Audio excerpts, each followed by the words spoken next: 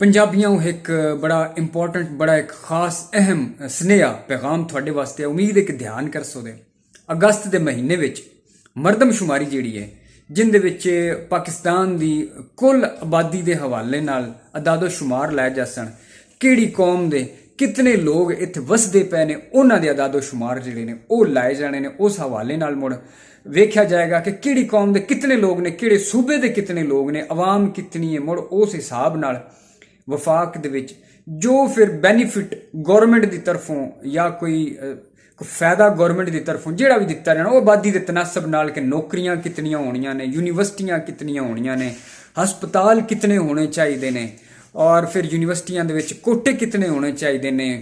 फिर नौकरियां का की हिसाब किताब होना चाहिए, आबादी कितनी है, रोज़गार का हिसाब की होना चाहिए। तो पंजाबियों गुजारिश है कि ऐदकी जिहड़ी मरदमशुमारी है वो हो रही है डिजिटल का मतलब यह है कि कंप्यूटराइज्ड वो हुण फार्मां दे उत्ते कागज़ां दे उत्ते लिख के नहीं होना। वो भावें कोई लैपटॉप लैके आउण उहदे विच सारा इंदराज करन या मुड़ उन्हां दे कोल कोई टैबलेट वगैरह होवे।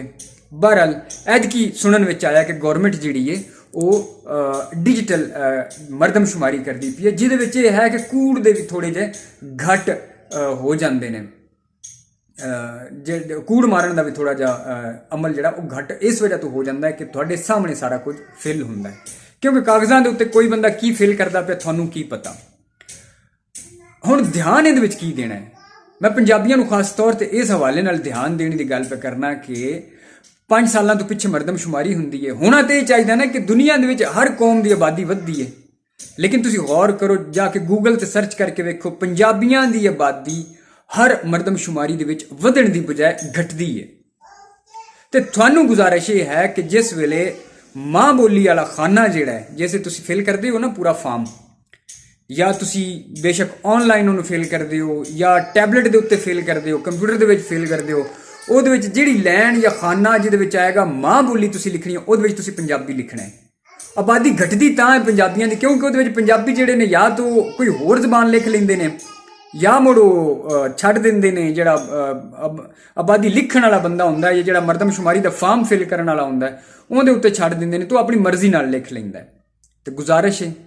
ਹੱਥ ਬੰਨ੍ਹ ਕੇ ਗੁਜ਼ਾਰਿਸ਼ ਹੈ ਕਿ ਆਪਣੀ ਜਿਹੜੀ ਕੌਮ ਹੈ, ਆਪਣੀ ਜਿਹੜੀ ਤੁਹਾਡੀ ਬੋਲੀ ਹੈ, ਉਹ ਤੁਸੀਂ ਮਾਂ ਬੋਲੀ ਵਾਲੇ ਖਾਨੇ ਦੇ ਵਿੱਚ ਪੰਜਾਬੀ ਲਿਖਣੀ ਹੈ, ताकि पंजाबियों की सही जी तादाद है वो मालूम हो सके, वो बारे लोग गौरमेंट को इलम हो सके। तो फिर जो भी गौरमेंट की तरफों फायदा बेनीफिट कोटा सिस्टम या जो भी है वो पंजाबियों को उन्होंने प्रॉपर हक दिता जाए। अगर तुसी पंजाबी वो नहीं लिखते उस खाने दे विच, फिर थोड़े हिस्से का फायदा जोड़ा है वो फिर कोई होर कौम चुक जाएगी, और थोड़ी एक तो आबादी जी है वो भी वेले के नाल वधण की बजाय घटती जाएगी। और इस गल तो तुसी अंदाज़ा लाओ कि 12 करोड़ पंजाबी जिहड़े ने 60% इस मुल्क की आबादी है। इन्हां कोल कोई इस वेले टीवी चैनल पंजाबी जबान का चज दा इन्हां कोल टीवी चैनल कोई नहीं, कोई करंट अफेयर प्रोग्राम करने वाला कोई न्यूज़ चैनल कोई नहीं जिहदे उत्ते बैठ के अपने मसले मसाइल डिस्कस करन।